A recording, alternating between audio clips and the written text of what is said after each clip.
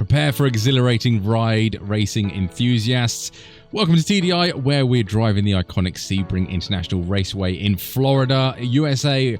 Known for its grueling endurance races and historical significance, Sebring is a true test of skill with its bumpy surface, fast straights and challenging corners. Whether you're a seasoned sim racer or a newcomer eager to improve your skill, this guide is an essential resource to mastering every aspect of this legendary circuit.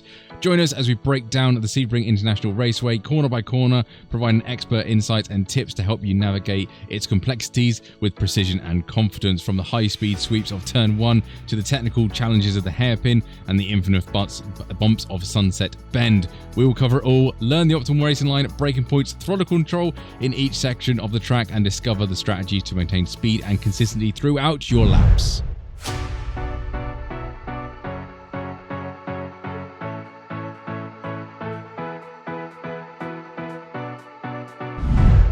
Yes, Sebring, what a wonderful little place this is. Very, very technical, but we will soon get around it lap by lap. On screen right now is the two sessions that I use. Yes, there is a dry race lap guide thing, and there is also a wet one, because even though in this season there is no rain scheduled for this event, in the future there may be. So this is why I make it a little bit more future-proof. And for that, I hope you like and subscribe, because that would be awesome as well. But yeah, Sebring, it is very bumpy, and in the wet, this is a very low grip circuit. From memory, it's, as you can see here, it's sort of half tarmac, half concrete, and the concrete seems to be a bit slipperier, which is cool. You can feel the difference between two surfaces, but equally a little bit scary. Sunset is, well, imagine Sunset's terrible enough in the dry. It's okay in this because this has a bad load of downforce, but then you add the wet weather to it, and it's interesting, put it that way. I would be intrigued in the future, if you are watching this, future, hi, if this did go wet, because it would be interesting to see how many people make a mistake at Sunset. But as I mentioned, this season there is no wet for this. If you do want to check prior to the races about whether a session has wet weather or a chance of rain, let's say, a few people asked me in the comments, have a look in the PDF document. So download the PDF document of the actual iRacing schedule and go down. It's all done by series list, so go find the series you want.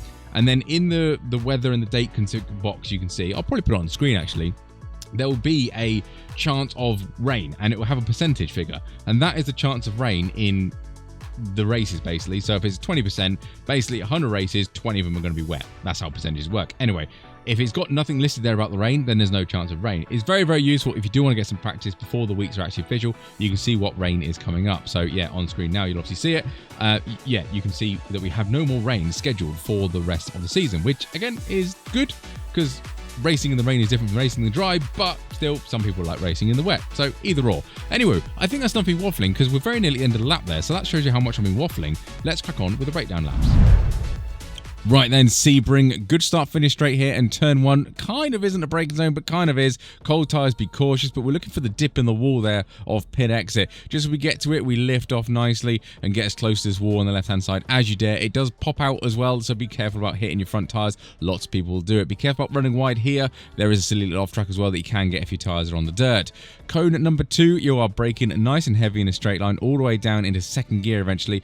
Turn in early because you will understeer and get a little cheeky tickle curve, not too much because it does bump the car over and it's not good. Compromise that little kink to really get close to this curb here, and this is our braking marker for this very important corner because we need to get a good exit. So feed in the power nicely, avoid the apex curb because it will just push you wide, and you can give that curb a little touch, but again, don't touch it too hard because the car will bounce and you can bottom out if you go too far over it. You need a good exit because there's a good run here down to the hairpin, which is going to be an overtaking opportunity for dive bombs, so be careful about that one.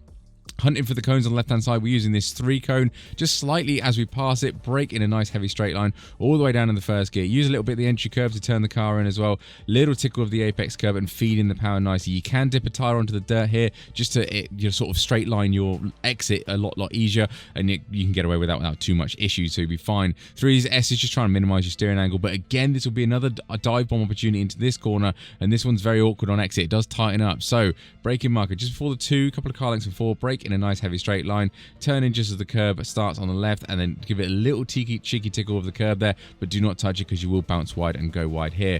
Flat out from this point, that left kink is irrelevant, it doesn't matter, but don't turn too tight. There's no need to. Just ease on the steering angle, just keep that acceleration going nicely through, and prepare for our braking point here on the left hand side of this kink. Two cone again, we're just before it, we're braking, and we do use a little bit of the entry curb, and do not hit this apex curb. It is huge, it is like Mount Everest, it will push you wide, and there is an off track out there on the dirt, so be warned. You need to get a nice, there's a little dip on the apex there, you need to get through it, nice speed through there, and you'll be absolutely golden. These kinks here are very fast, you can go too wide through them without any problem, but stay left if you can on this one, because you want to use that 2 marker cone there as a braking point.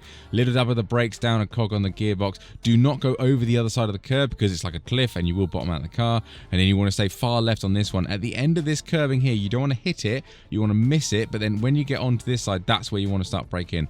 Nice and easy, gently coast the car into the apex. Don't worry about hitting the curb too much, you can do it. Again, don't run too far over the apex curb, and also do not use that exit curb. It bottoms out the car, and that can lead to a lot of nasty surprises, mark my words. So yeah, avoid the exit curb on that one. Long straight now, so it's good to get a good exit out of that last corner, and we're coming to Sunset Bend. So at the 1 marker, we are just turning in before it, full throttle, and then we're braking as we get to the concrete. Join the cone, say hello to him, and then bring the car down nice and slowly. We want to apex just under the bridge here, because that's where the wall drops out, and then we can get on full throttle from that point and let the car drift out nicely. As long as you're getting near that wall, a lot of people on Sunset seem to apex a lot earlier than that. You want to let apex as late as possible, because then you get a good run down the start-finish straight. Onto the wet. Yes, the heavens have opened and it started raining, and it's an interesting lap this, to be honest. It's interesting with the change of tarmacs, put it that way. Again, we're using the dip in the wall there. Get in there and use our brakes this time, so we're not going lifting off all there. We're down into 4th gear. Again, try and take a wide line and try and nestle it into the apex, but again, it's a rubberized line, so we can avoid it and get better grip by running off of it. Again, be careful of the exit curb here. There is an off track. Braking zone for this one, you can actually brake on the racing line, which is nice, but we're braking nice and early. 3 cone this time. Brake in a nice gentle straight line, and you can see the car's a little bit slippery, a little bit unsettled, but turn it in, it will turn in and bite up eventually, and then you'll be absolutely fine. Little kink, don't worry about it. And we're using this curb here again on the right hand side to our braking marker. See, I haven't gone full throttle yet through any of that complex, that's how slippery it is. And then just let the car settle in as you turn into this corner. Again, don't hit the curbs because it is dangerous. I get a snap here and I get on top of this curb. You can see how bumpy that curb is, even at this low speed of wet weather racing. Full throttle down here because it's a straight, you do what you do, but be careful, and we're picking our braking point for the hairpin.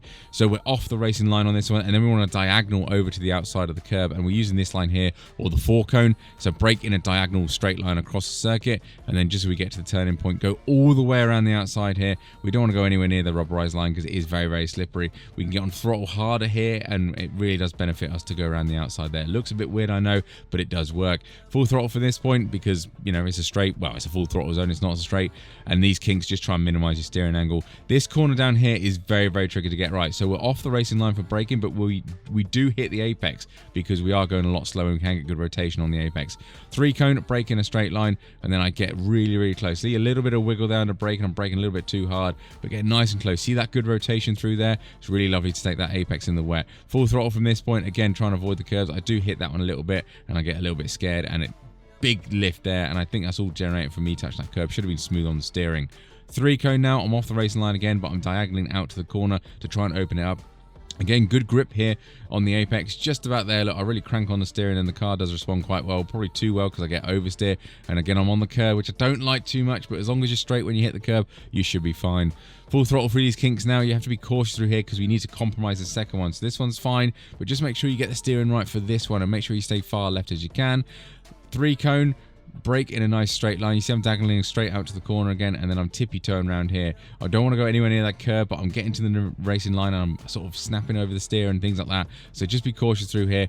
This one is better because the racing line is actually off the circuit, so use that curb there as it ends, but I stay on this white line and it's not too bad at all. Again, going for the apex, get good rotation here, and then smooth application of the throttle. Again, avoid the curb here. We avoided it in the dry and we avoid it in the wet for different reasons because it's slippery. Straight line is a straight line. The car will do what it's doing. There will be slipstream down here, so be cautious about that one because there will be nice dive bombs into Sunset. It's good overtaking opportunities around this circuit, like 3 or 4 per lap. I do like Sebring. It is a good circuit. 2 cone is our turn-in marker, and we're braking a little bit early, so we're braking as we cross the 1 cone line, and just brake nice and gently. See, I've sort of a little bit of rotation, a little bit of brakes, slow the car down. Again, I'm trying to apex at the same point. This point under the bridge where we need to apex like I did in the dry, that bump sends me a little bit into a slide, so be cautious about that one. But you see here, I'm full throttle, and I'm just letting the car drift out naturally, and it's much nicer for the car to apex just at the bridge. Really don't know why people apex early. Some people get it right, some people get it wrong. I feel like that's how you do it. Right then, laps done and dusted. Fingers crossed that has helped you out in this guide. So thank you very much for watching all the way through. If you did, like and subscribe as always. That'd be awesome. And fingers crossed, I'll see you on the track.